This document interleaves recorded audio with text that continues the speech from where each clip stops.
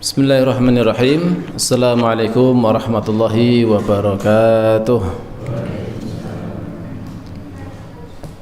Alhamdulillahilladzi arsala rasulahu bil huda wa dinil haqq liyudhhirahu 'alad dini kullihi wa kafa billahi syahida. Asyhadu an la ilaha illallah wahdahu la syarika lah wa asyhadu anna Muhammadan abduhu wa rasuluhu la nabiyya wa la rasula ba'dah. Qala Allah Ta'ala fil Qur'anil Karim, a'udzu billahi minasyaitonir rajim. Bismillahirrahmanirrahim. Ya ayyuhalladzina amanu taqullaha haqqa tuqatih wa la tamutunna illa wa antum muslimun. Wa qala ya ayyuhalladzina amanu taqullaha wa qulu qawlan sadida yuslih lakum a'malakum wa yaghfir lakum dhunubakum wa may yuti'illaha wa rasulahu faqad faza fawzan 'azima. Wa qala Rasulullah sallallahu alaihi wasallam fi hadithi syarif, ittaqillaha haitsu ma kunta wa atbi sayyi'atal hasanata tamhuha wa khaliqin nasa bi khuluqin hasanin. Allahumma salli wa sallim wa barik ala nabiyyina wa habibina Rasulillah Muhammadin sallallahu alaihi wasallam wa ala alihi wa ashabihi ajma'in, amma ba'd.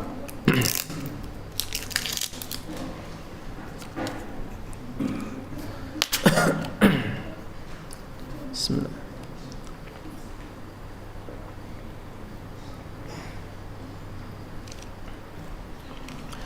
Ngapunten untuk selak.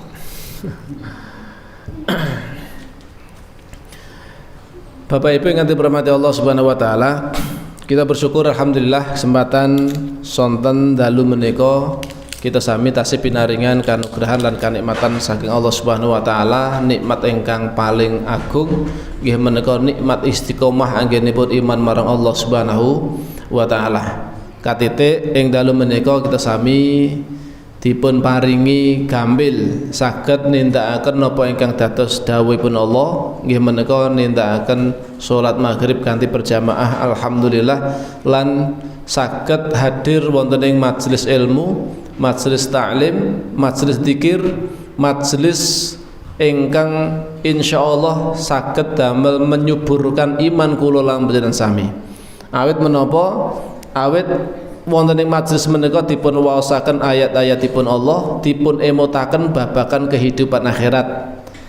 Hati menika menawi dipun emotaken babagan akhirat, nggih, niku cenderung tenang. Hati menika menawi dipun emotaken dumateng Allah Subhanahu wa taala, zikir marang Allah, emut marang Allah, menika hati kala dados tenang, nggih. Pramila diantara manfaat napa menika hadir dalam thalabul ilmi, hadir dalam majelis ilmu, menika ndadosaken ketenangan di dalam hati. Kados dene sabdanipun Rasulullah sallallahu alaihi wasallam, wa majtama'at qaumun fi baitin min buyutillah yatluna kitaballah wa yatadarasunahu bainahum illa nazzalat alaihimus sakinah wa haffathumul malaikah wa ghasyiyatuhum rahmah wa dzakarahumullahu fi ma indah. Tidaklah suatu kaum itu berkumpul di dalam salah satu rumah di antara rumah-rumahnya Allah ingkang dipun maksud nggih menika masjid. Saperlu nggih menika yatluna kitaballah, mereka membaca ayat-ayatipun Allah, membaca Al-Qur'an, wa yatadarasunahu bainahum, kemudian saling mempelajarinya. Saling mempelajari napa menika isi kandungan Al-Qur'an kalau dipun fahami maknanipun, illa nazarat alaihi musakinah, melainkan akan turun kepada kaum tersebut nggih menika as-sakinah, raos manah ingkang tentrem, adem ayem. Menika janjinipun Rasulullah sallallahu alaihi wasallam hadis menika. Lajeng napa malih diliputi rahmat saking Allah Subhanahu wa taala, ya. Wa ghasyiyatuhum rahmah wa haffathumul malaikah, malaikat menaungkan sayapnya, ya. Saking ridhanipun para malaikat menika remen pados majelis-majelis ingkang dipun sebut asmanipun Allah. Majelis-majelis zikir, majelis-majelis taklim, majelis ilmu menika para malaikat niku remen, nggih. Dados yang membersamai kita adalah para Malaikat alhamdulillah mboten dikancani karo setan gitu. Awet nek setan dipun waosaken ayatipun Allah kepanasan ya, menyingkir gitu. Menyingkir. Yang mendekat adalah para malaikat. Lajeng dipun bangga-banggakan di hadapan Allah Subhanahu wa taala. Pramila kita bersyukur saestu alhamdulillah ing dalu menika tasih dipun paring kesempatan saged pepanggihan, saged menghadiri majelis ilmu, majelis zikir ing dalu menika. Mugi kanthi mekaten estu kita sami samangke pikantuk nggih menika saged istiqomah. Istiqomah netepi napa ingkang dados dawuhipun Allah, istiqomah anggenipun iman marang Allah dumugi akhir hayat kula lan sami masing-masing. Sehingga mugi-mugi kita sedaya samangke pikantuk nggih menika nikmat husnul khatimah. Amin Allahumma amin. Salam salawat kita aturaken dumateng uswahana kita sami Rasulullah Muhammad sallallahu alaihi wasallam lan ugi dumateng sedaya pendherekipun saking para sahabat, tabi'in, tabi'ut tabi'in saha sedaya umatipun Rasul ingkang tansah tresna lan purun taat marang tuntunan saha syariatipun dumugi benjang wonten ing yaumil kiamah. Lan mugi-mugi Bapak Ibu kita sami kalebet umatipun Rasulullah ingkang mugi samangke saged sareng-sareng kalih Rasulullah mlebet wonten ing jannahipun Allah Subhanahu wa taala. Amin Allahumma amin. Masyiral muslimin, Bapak Ibu para jamaah pengaosan ingkang dipun rahmati Allah Subhanahu wa taala. Kita lajengaken kajian kita nggih menika taksih mbahas babagan racun-racun bagi hati nggih. Menika supados dipun mangertosi sehingga menawi sampun mangertosi menika saged dihindarkan nggih, saged menghindari nggih, menghindari mboten melakukan napa menika wau perbuatan ingkang dadosaken racun bagi hati kita nggih. Ingkang terakhir kalau wingi sampun kita bahas nggih menika makan berlebihan nggih, makan yang secara berlebihan nggih. Makan itu mubah, boleh. Ning nek terlalu banyak makan nggih, terlalu berlebih-lebihan di dalam urusan makan menika saged dados makruh, bahkan saged dados haram. Kalau sampai berlebih-lebihan minimal makruh nggih. Nek sampai kemudian membahayakan tubuhnya itu bisa menjadi haram nanti nggih.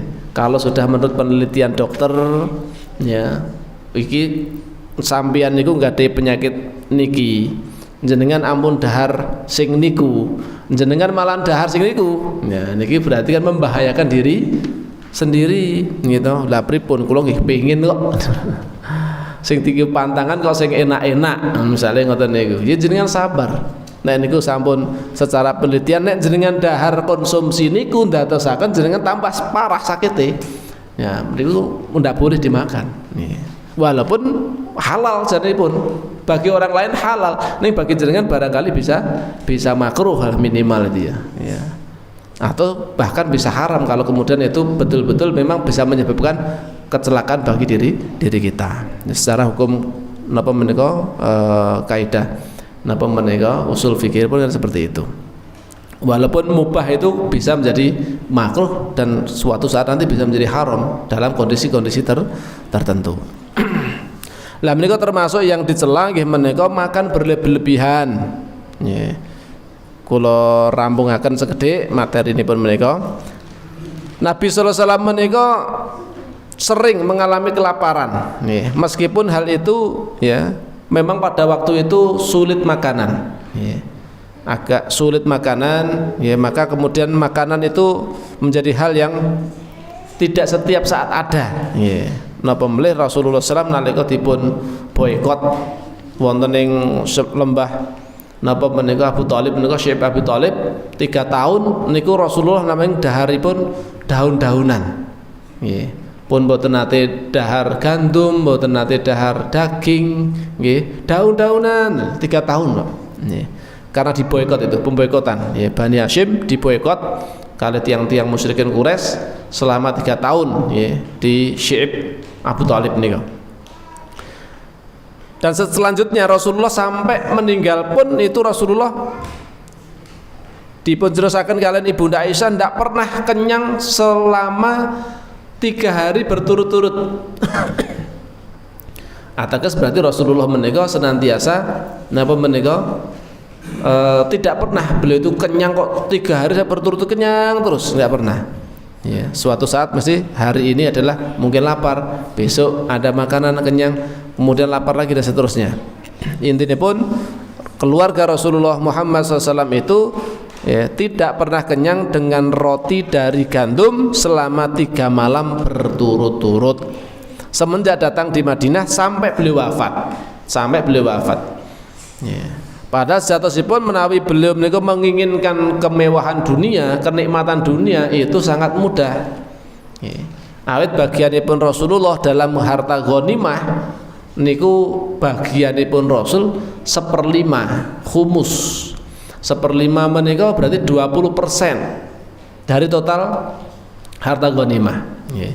Ning niku wau sedaya mboten kok didamel didhahar Rasulullah piyambak mboten, ternyata niku dipun bagi-bagikan dumateng fakir miskin. Itulah Rasulullah Muhammad sallallahu alaihi wasallam, meskipun beliau punya kesempatan untuk kaya tapi beliau tidak mengambil itu. Bahkan ketika beliau ditawari nggih nalika napa menika sahabat mirsani Rasulullah kok tidurnya di atas tikar yang itu berasal dari napa menika pelepah kurma sampai membekas di pipi Rasul sallallahu alaihi wasallam. Menika sahabat niku terenyuh, ya Rasulullah, jenengan kok tidurnya di tempat seperti itu ya Rasul. Ya. Mau enggak kemudian kita ganti dengan yang lebih baik daripada itu? Ya, dikasih apalah ya yang lebih baik daripada itu. Ya, Rasulullah tidak bersedia. Ya. Rasul tidak bersedia. Ya, itu karena kesederhanaan hidup ibu Rasulullah Muhammad sallallahu alaihi wasallam. Meskipun kalau mau napa menika hidup dengan napa menika dengan enak serba nikmat niku bisa saja. Ning itu tidak dilakukan, boten dipun lakukan dening Rasulullah Muhammad sallallahu alaihi wasallam. Wong beliau niku cara-carane sakniki dados presiden, pimpinan gitu, pimpinan sebuah negara Islam Madinah gitu, semua tunduk pada Rasulullah SAW. Ning niku mboten dipun ginakan untuk memperkaya diri, untuk kemudian apa menika menyenangkan dirinya sendiri, enggak. Beliau jauh dari hal-hal yang seperti itu karena beliau tahu betul hakikat hidup di dunia itu, tahu betul ya. Hidupnya yang hanya sementara, enggak lama. Maka Rasulullah memilih untuk kehidupan akhirat ya. Rasulullah memilih untuk kemudian ya hidup sederhana di dunia, akan tapi beliau akan merasakan kebahagiaan besok di akhirat ya. Paham betul hakikat hidup di dunia karena beliau adalah utusanipun Allah Subhanahu wa taala. Maka orientasi hidupnya, tujuan hidupnya enggak pernah beliau itu tujuannya untuk mengejar materi dan duniawi, tidak pernah ya. Adapun dunia yang ada pada beliau itu mesti sebagai sarana untuk meraih akhiratnya. Makanya ketika beliau mendapatkan rezeki, mesti beliau sudah bagi-bagikan itu ya. Termasuk keluarganya Rasulullah, para istri-istri Nabi juga seperti itu. Dan itu dilakukan oleh para sahabat. Mereka gemar untuk menyedekahkan atau membelanjakan hartanya di jalan Allah Subhanahu wa taala ya. Itu karakter orang-orang yang mukmin, orang-orang yang beriman. Ibrahim bin Adham berkata, barang siapa mampu mengatur perutnya berarti ia telah mampu mengatur agamanya ya. Barang siapa menguasai laparnya, ia memiliki akhlak yang baik. Sesungguhnya kemaksiatan itu jauh dari orang yang lapar dan dekat dengan orang yang kenyang ya. Pramila nek tiyang nembe poso ngoten nika nggih saged utawi gampil mencegah perbuatan maksiat niku gampil nek jenengan nembe nindakaken puasa gitu. Ajeng maksiat kelingan aku poso gitu, berpuasa ya. Dalam kondisi perutnya lapar itu lebih mudah untuk mengendalikan hawa nafsu. Tapi dalam kondisi kenyang ya, ini syahwatnya semakin menguat ya. Syahwatnya semakin menguat sehingga apa kadang-kadang ya menjadikan orang itu sering berbuat maksiat. Dikarenakan apa? Dikarenakan perutnya yang sering kekenyangan ya. Di antara faedah lapar yang paling agung ialah bisa mengalahkan syahwat untuk perbuatan maksiat dan menguasai nafsu yang selalu mengajak pada kejelekan. Pramila niku termasuk tombonipun ati nggih. Tombo ati enten 5 menika diantawisipun weteng ira ingkang luwih nggih. Weteng ira ingkang luwih maksudipun apa? Ya. Perut kita yang sering lapar, ingkang lapar menika ndadosaken hati menika hidup. Awit napa piyambakipun menyadari, oh ini kondisi lapar dunia itu ya seperti inilah. Hidup wonten ing alam donya, ya. Penuh dengan penderitaan, penuh dengan niki. Ya. Akan tapi dia punya obsesi dan cita-cita yang tinggi akan meraih kebahagiaan besok di akhirat. Menika diantawisipun faidah lapar. Ya, menika mengalahkan syahwat untuk perbuatan maksiat. Ya. Karena biang semua perbuatan dosa ialah syahwat dan kekuatan. Dia punya syahwat, punya kekuatan, jadilah perbuatan maksiat. Punya syahwat, enggak punya kekuatan, kan enggak jadi maksiat gitu. Lah mau berbuat maksiat sudah teler duluan karena kelaparan, enggak punya tenaga. Maka dia enggak jadi berbuat maksiat. Ya. Sementara itu sumber kekuatan dan syahwat adalah makanan. Ini ya, faktor yang menjadikan syahwat kita itu semakin menguat, ya, nafsu kita semakin menguat, ya, itu adalah karena makanan, ya. Makanan ini yang sering menjadikan seseorang itu, ya, tambah kekuatannya dan juga tambah syahwatnya, ya. Sehingga terjadilah perbuatan maksiat tersebut. Karena itu meminimalisir makan bisa melemahkan semua syahwat dan kekuatan.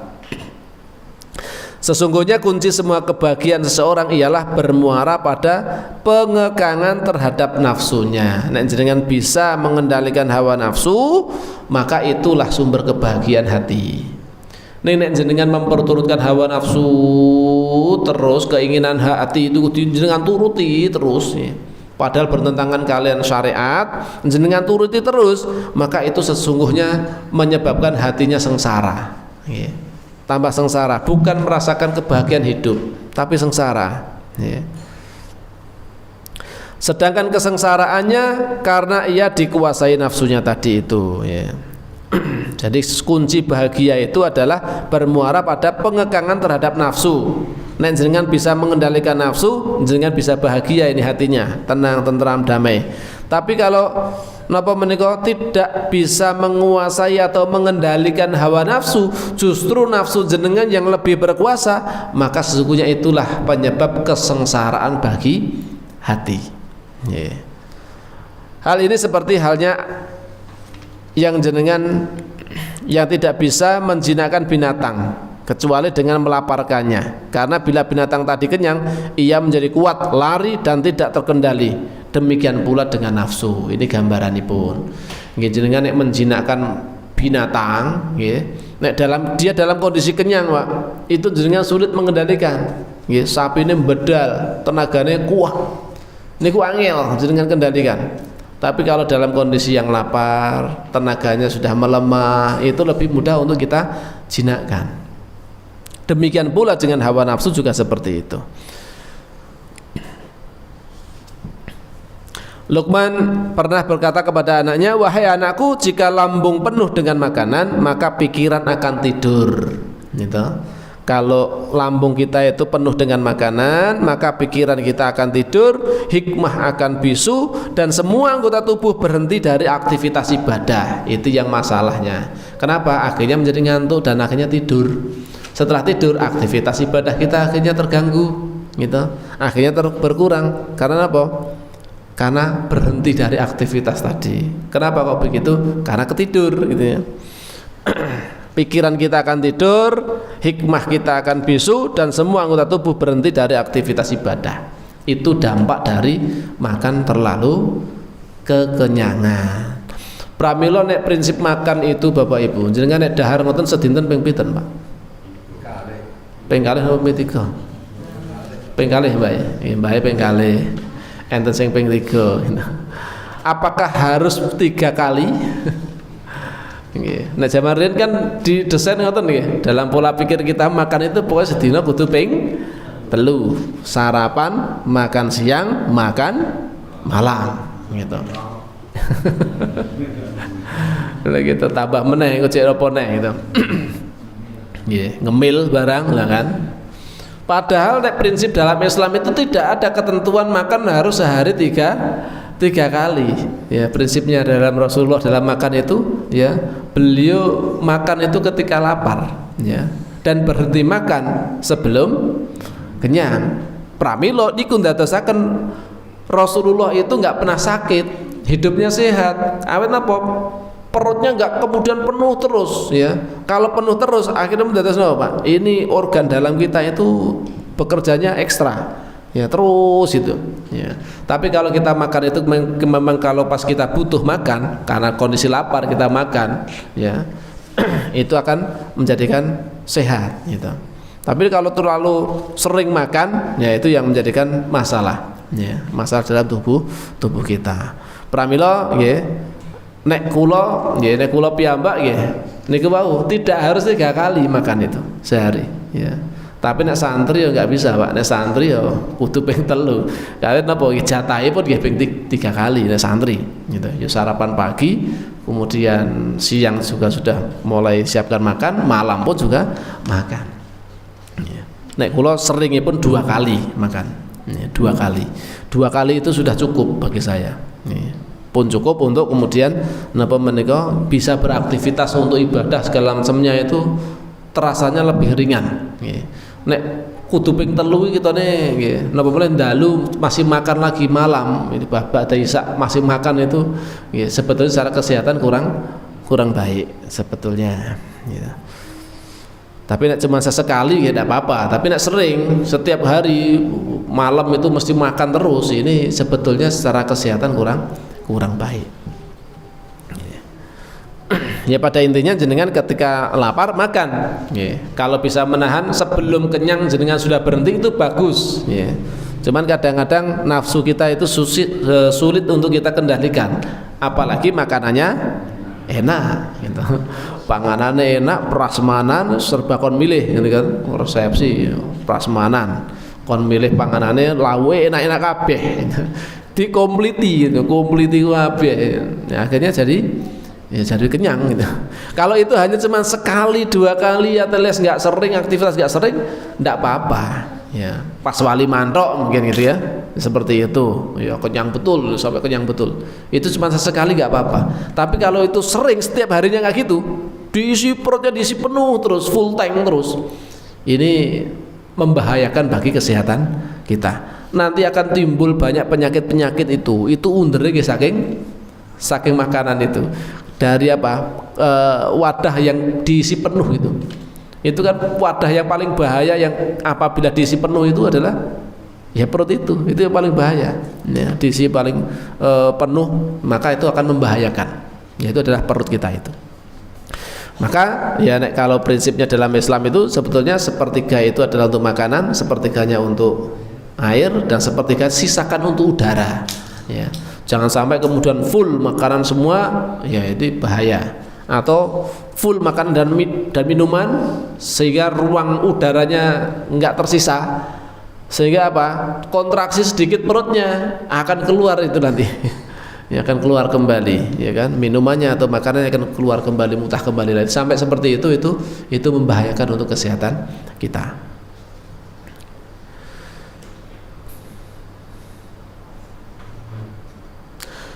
Tidak ada yang lebih mampu mengalahkan hawa nafsu daripada lapar. Ini ya. Jadi yang lebih bisa mengendalikan hawa nafsu itu adalah dalam kondisi lapar kita. Pada saat lapar ia senang dan tunduk kepada Robnya.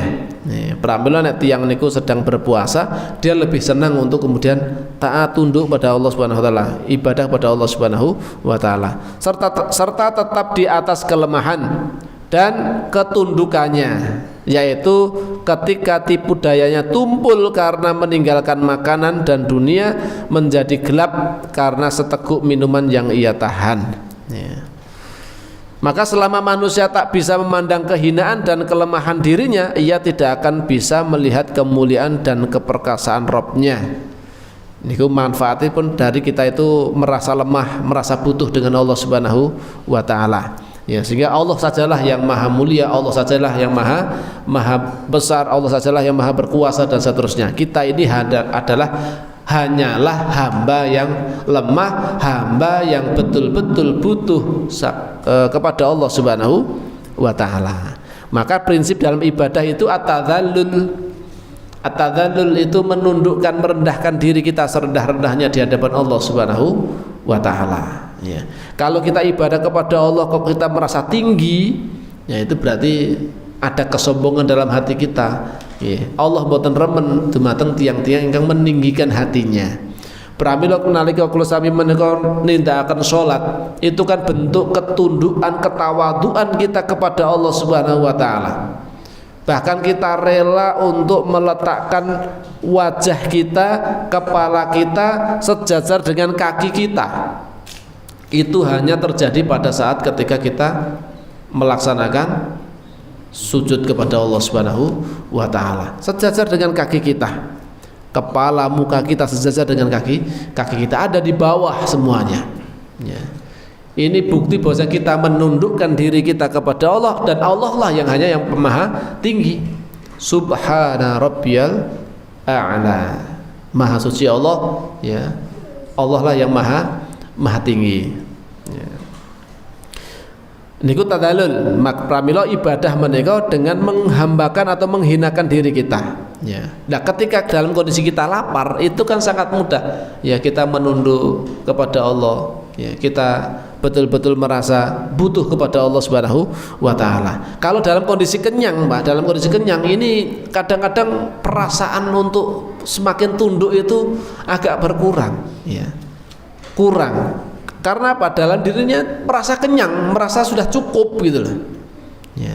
Akhirnya apa? Ibadah itu kurang maksimal, ibadah kurang bisa khusyuk, ibadah itu kadang-kadang menjadi berat aktivitas ibadah.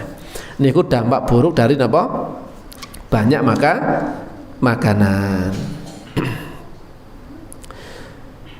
Intinya tidak ada alasan untuk membiarkan nafsu tenggelam dalam syahwat-syahwat yang mubah ini, ya, makanan, minuman itu adalah mubah.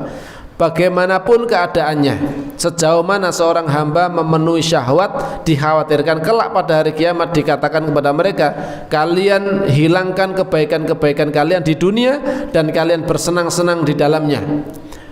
Dan sejauh mana ia menahan nafsu dan meninggalkan syahwatnya, maka sejauh itu pula ia akan bersenang-senang di rumah akhirat nanti. Nggih menika wonten ing janahipun Allah Subhanahu wa taala. Pramila teng alam donya niku sabar.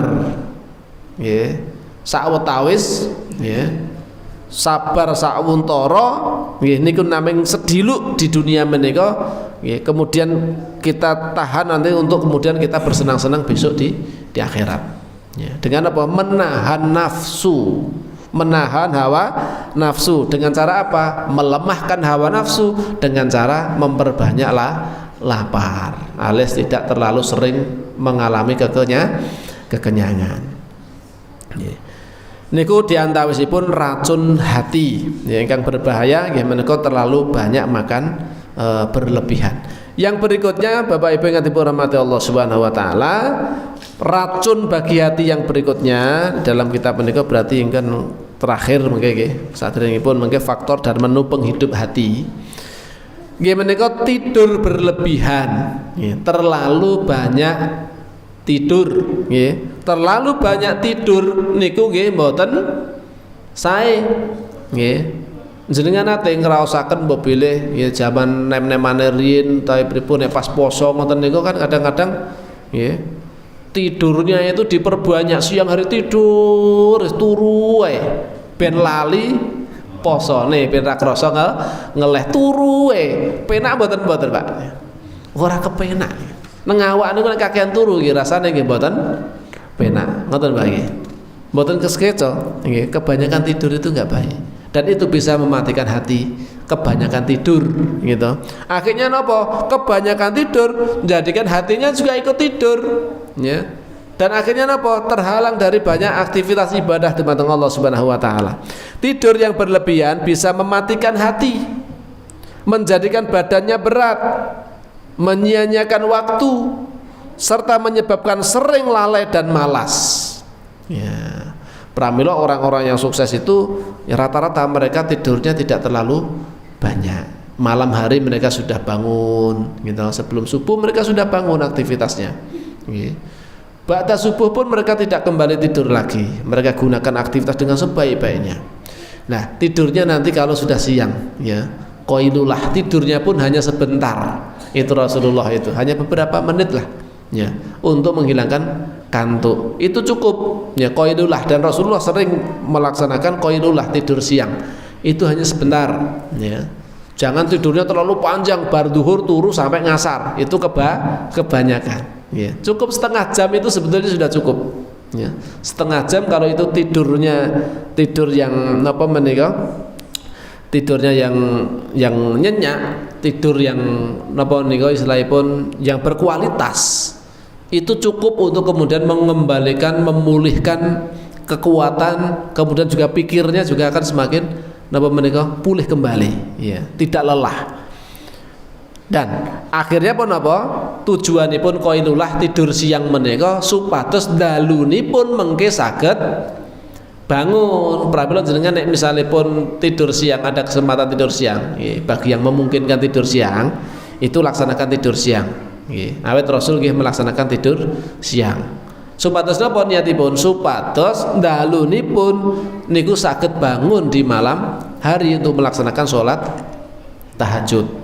Itu tujuannya. Karena nanti kalau nek siang nggak tidur, jenengan sudah bangunnya mungkin dari jam 3 lah misalkan taruh, sudah bangun, tidurnya nanti sampai malam, ya. Ba'da isya nanti masih ada kumpulan RT dan seterusnya, jam 10 lagi mapan turu. Ini terlalu lelah nanti kalau nggak diistirahatkan terlebih dahulu. Maka istirahat siang sekedap, ya, sebentar, itu untuk memulihkan kembali, ya, memulihkan kembali.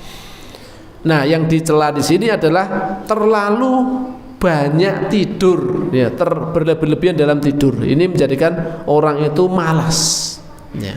Emang malas, emang lungkrah, lesu, gitu.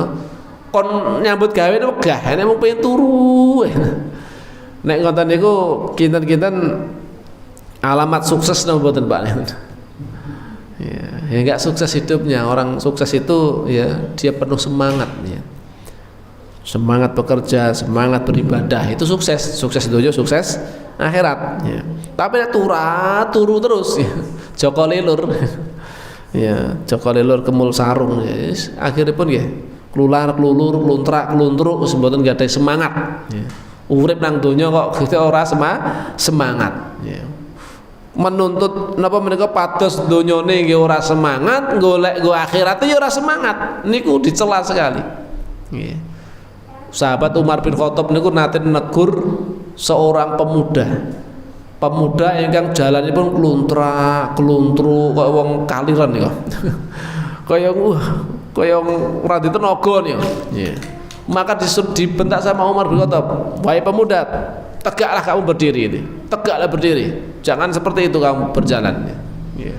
Ditegur kalian Umar bin Khattab, Muslim itu ya jangan keluar-kelulur seperti itu. Yang semangat, sigap, gitu. Itu seperti itu Rasulullah SAW menegur, Umar bin Khattab menegur, ya. Pemuda, kali ini pemuda, kalau sudah mbah sepuh kan biasa jalannya ya mungkin ya pelan, itu namanya sudah tua, gitu. Fisiknya sudah banyak menurun. Tapi ini masih muda, ini kan masih sigrak, jalannya kok kelulur, kelemar kayak orang, gitu.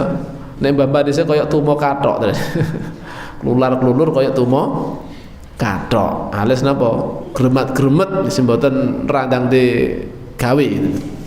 Ya ini enggak disukai sama Umar bin Khattab. Umar senenge ya pemuda itu ya trengginas, ya, cak-cek, buat sat-set ngoten niku. Niku pemuda. Bukan kemudian keluar. Lah kalau pas ibadah, lah itu ibadah itu tenang, khusyuk, tunduk. Itulah sifat para sahabat itu. Disifati mereka kalau malam itu, Pak. Para sahabat itu kalau malam hari mereka itu ya seperti para rahib-rahib yang sedang khusyuk beribadah kepada Allah. Mereka melaksanakan qiyamul lail, bermunajat kepada Allah Subhanahu wa taala. Malam harinya mereka bagaikan singa-singa kelaparan. Ya. Ketika berjihad, ya, berperang melawan musuh, malam harinya mereka tunduk kepada Allah, khusyuk, khudu, berdoa kepada Allah, munajat kepada Allah, minta pertolongan kepada Allah malam harinya. Pagi harinya mereka bangkit seperti singa-singa yang sedang kelaparan. Itu sifat para sahabat. Jadi ada tempatnya kapan kita harus memang menundukkan diri kita dan kapan kita itu harus bersikap tegas, bersikap gersit, terengginas. Itu ada tempat-tempatnya ya. Nah, para sahabat adalah orang-orang yang luar biasa. Malam hari mereka seperti rahib-rahib, khudu, beribadah, khusyuk beribadah pada Allah. Siang harinya mereka bagaikan singa-singa yang sedang kelaparan. Nah, tidur ada yang sangat makruh serta ada yang berbahaya dan tidak bermanfaat bagi tubuh. Adapun tidur yang paling bermanfaat ialah ketika seorang amat membutuhkannya. Nah ini, maka dengan tidur itu memang betul-betul dalam kondisi kita butuh istirahat. Mata sudah betul-betul lelah, maka istirahatkan sejenak. Termasuk Rasulullah merintahkan ketika kamu sedang ngantuk berat, masih ngantuk berat, maka tidurlah dulu. Ya. Nek ngantuk berat, sholat kok malah ngantuk terus, gitu. Tidur dulu. Ya. Habis tidur sejenak, nanti bangun untuk sholat, ya sudah hilang ngantuknya. Ya. Itu kalau terlalu berat dalam mengantuknya terlalu berat, ya, maka istirahat terlebih dahulu. Tidur pada awal malam lebih bermanfaat daripada tidur pada akhir malam. Ya, pramila dados kebiasaanipun Rasulullah menika nalika ba'da isya nek mboten wonten kepentingan ingkang penting, beliau senantiasa segera tidur. Kenapa kok begitu? Karena beliau ingin bangun nanti di tengah malam, ya, atau di akhir malam. Itu kebiasaannya pun Rasulullah SAW, kecuali nek enten urusan beliau agak menunda. Tapi seringnya pun ba'da isya kalau sudah tidak ada agenda kegiatan, ya sudah segera istirahat. Yeah. Tidur pada pertengahan siang lebih bermanfaat daripada tidur pada pagi dan sore hari. Ya, pramila, ya, ulama sampai makruhkan tidur ba'da subuh sama tidur ba'da asar sampai maghrib. Ya, sampai isya bahkan ya. Ba'da maghrib juga diupayakan tidak tidur, ya, sengaja tidur ya. Jangan. Tapi ba'da isya nanti tidurnya. Nek pagi hari ya dari ba'da subuh itu ya, itu diupayakan untuk tidak tidur sampai matahari terbit, ya. Diupayakan tidak tidur, ya. Nah kalau matahari sudah terbit bagaimana? Ya beraktivitas, ya. Jenengan bergaya orang malah mapan turu. Kecuali kalau jenengan sakit atau karena mungkin tadi malam begadang kerjanya sip malam, ya pagi harus istirahat, yaitu paling tidak matahari sudah terbit, ya itu baru istirahat, ya. Harus matahari sudah terbit. Tapi yang paling bagus adalah tidurnya di pertengahan siang. Rasulullah itu sebelum duhur itu qailulah dulu sebentar, rakitan setengah jam itu melaksanakan qailulah. Atau ba'da duhur juga boleh. Tapi jangan terlalu banyak tidurnya, ya. Terlalu banyak tidurnya sampai kemudian sampai asar, baru duhur sampai asar, itu terlalu berlebihan dalam tidur, ya. Banyak yang hilang nanti. Manfaat atau umur jenengan nanti banyak yang hilang. Mestinya aktivitas itu bisa digunakan untuk bekerja, untuk yang lain-lain, ya. Tapi malah digunakan untuk terlalu banyak tidur, maka kehilangan manfaat. Sementara itu tidur pada akhir malam dan siang, akhir siang sedikit sekali manfaatnya dan banyak menimbulkan bahaya. Ini kalau tidurnya pada akhir malam, alias begadang jam 11, jam 12 baru tidur, jam 1 baru tidur, jam 2 baru tidur. Ini ndadosaken banyak madharat bagi tubuh kita. Nek cek nom barangkali mungkin cek napa menika belum begitu merasakan napa menika dampaknya, buruknya, tapi nanti semakin bertambah usia itu akan semakin terasa dampak buruk dari terlalu banyak tidur alias begadang, ya. Begadangnya tadi deh ba'da isya enggak tidur sampai tidurnya baru jam 1, jam 12, jam 2. Itu kalau sehari-harinya kayak gitu terus, itu bisa berbahaya untuk kesehatan tubuh kita, ya. Makanya yang paling bagus tidur dulu, ba'da isya tidur, nanti kalau mau bangun pertengahan malam enggak apa-apa, tapi sudah tidur dulu. gitu. Nanti di akhir malam nanti tidur lagi sejenak, ya, sampai adzan subuh bangun lagi. Itu yang bagus.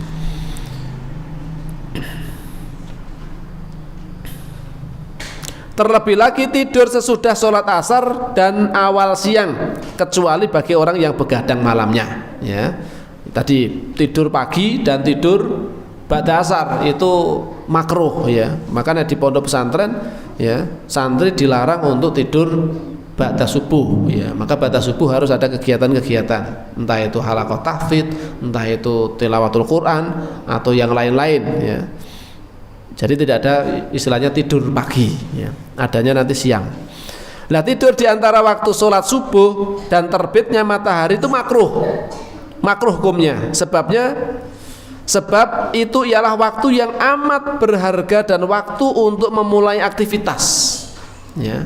Apalagi Rasulullah SAW berdoa, Allahumma barik li ummati fi bukuriha, ya Allah berkahilah umatku di awal paginya atau di waktu pagi harinya.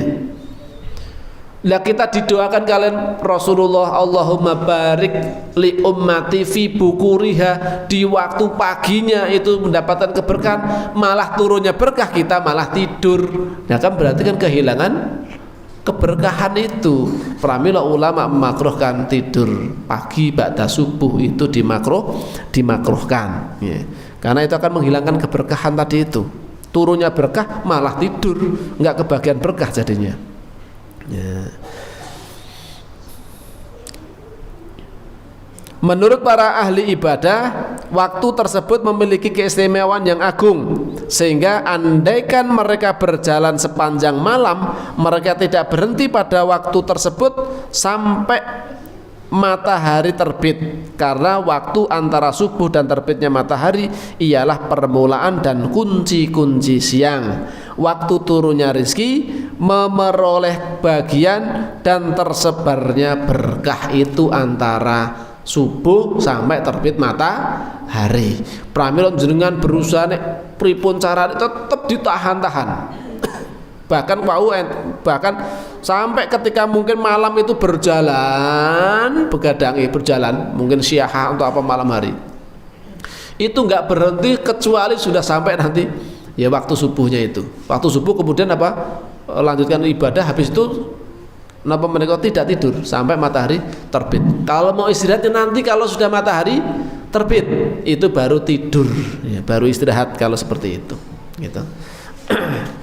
Awet itu waktu-waktu yang memang sangat banyak keistimewaan, waktu antara subuh dan terbitnya matahari. Pramila ulama itu memakruhkan tidur pada waktu-waktu itu.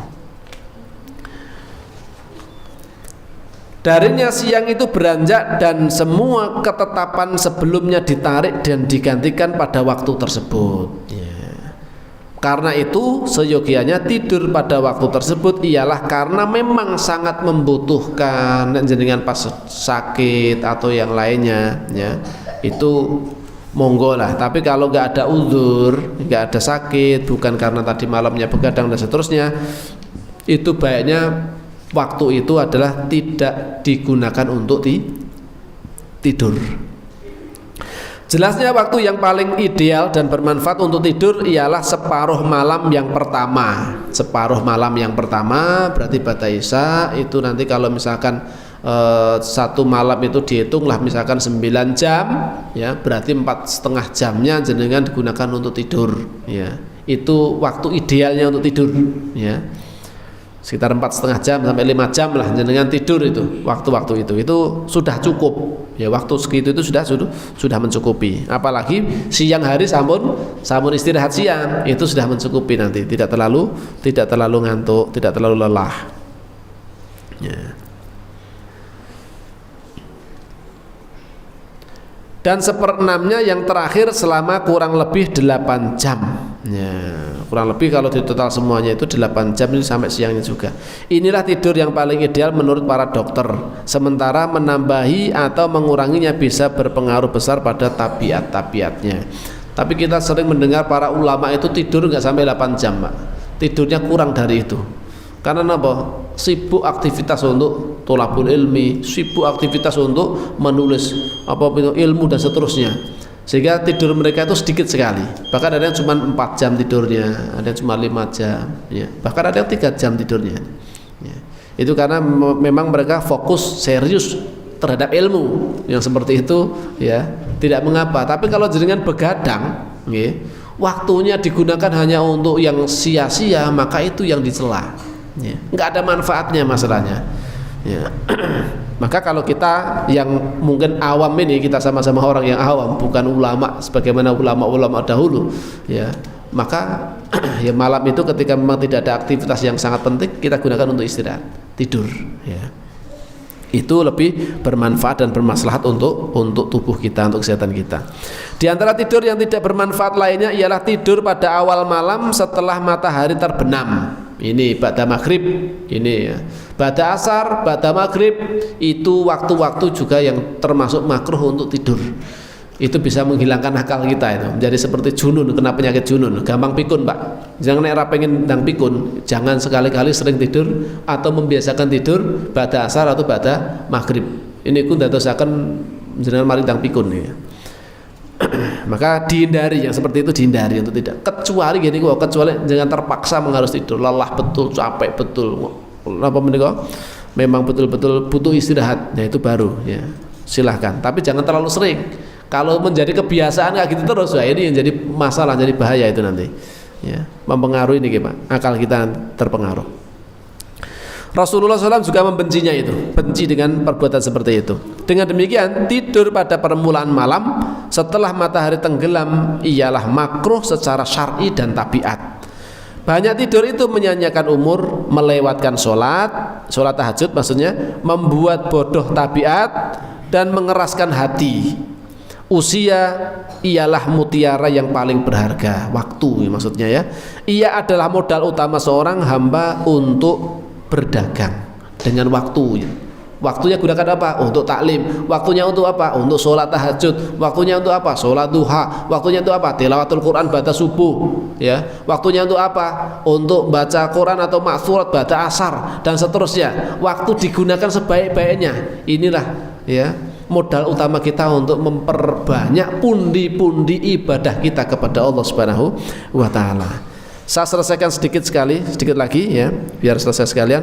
Tidur itu bagaikan mati, bagaikan kematian. Memperbanyak tidur artinya mengurangi umur. Keutamaan tahajud ialah sesuatu yang pasti, dan tidur ialah mengabaikannya, melalaikan dari kemuliaan sholat tahajud yang begitu banyak, luar biasa ya. Keutamaan sholat tahajud yang sangat besar disia-siakan karena apa? Tidur kita yang terlalu banyak ya, kebanyakan tidur tadi itu. Selama masih banyak tidur, seseorang tidak akan memperoleh manisnya ibadah ya, karena apa? Hatinya itu napa menika keras kalau wau. Sebagaimana halnya banyak tidur bisa menyebabkan terjadinya bahaya-bahaya ini, meninggalkannya sama sekali juga menyebabkan bahaya besar lainnya ya. Kemudian tidak tidur sama sekali juga itu bahaya. Misalnya memperburuk watak, menyebabkan jiwanya enggak stabil ya, akhirnya darah tinggi karena kurang tidur ya kan, mengeraskan pemahaman dan amal serta mengakibatkan ragam penyakit yang tidak bermanfaat bagi hati dan tubuh perilakunya ya. Menika menawi juga terlalu sedikit tidurnya, istirahatnya enggak cukup, itu juga menyebabkan apa Pak? Akhirnya pun sering uring-uringan, sering pusing, akhirnya pun apa? Darahnya naik, darah tinggi. Nah itu diantara dampak juga buruk ketika istirahatnya juga kurang. Pramila nek enten sahabat niku sampai saya tidak akan tidur, saya akan sholat malam sepanjang malam dan tidak akan pernah tidur. Itu ditegur oleh Rasulullah Muhammad SAW. Mata juga punya hak, tubuh juga punya hak untuk istirahat, maka perlu diistirahatkan.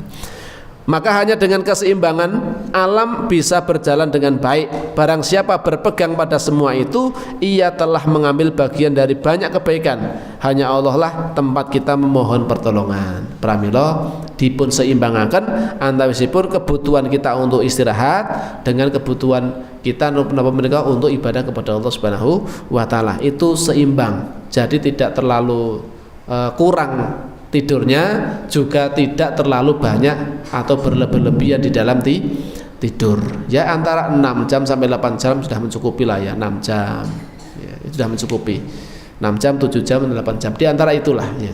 Kalau kebanyakan tidur yaitu banyak menyanyikan waktu. Kalau kurang tidur nanti ada kadang-kadang penyakit-penyakit atau masalah yang timbul. Oleh karena itu yang kita ambil adalah keseimbangannya. Segala sesuatu itu kalau seimbang maka itu hasilnya akan baik. Apapun itu kalau seimbang, semuanya seimbang, itu akan baik untuk tubuh kita, baik juga nanti untuk akhirat kita. Wallahu a'lam bishawab. Menika beberapa racun-racun hati yang sudah kita sampaikan. Sampai yang terakhir adalah tidur berlebihan. Insyaallah mengke dipun kaji salajengipun nggih menika faktor-faktor yang menghidupkan hati. Agar hati kita itu senantiasa hidup, apa yang mesti harus kita lakukan. Itu insyaallah mungkin dipun kaji wonten pertemuan salajengipun insyaallah. Monggo kita akhiri kajian ing dalem menika kanthi doa kafaratul majelis.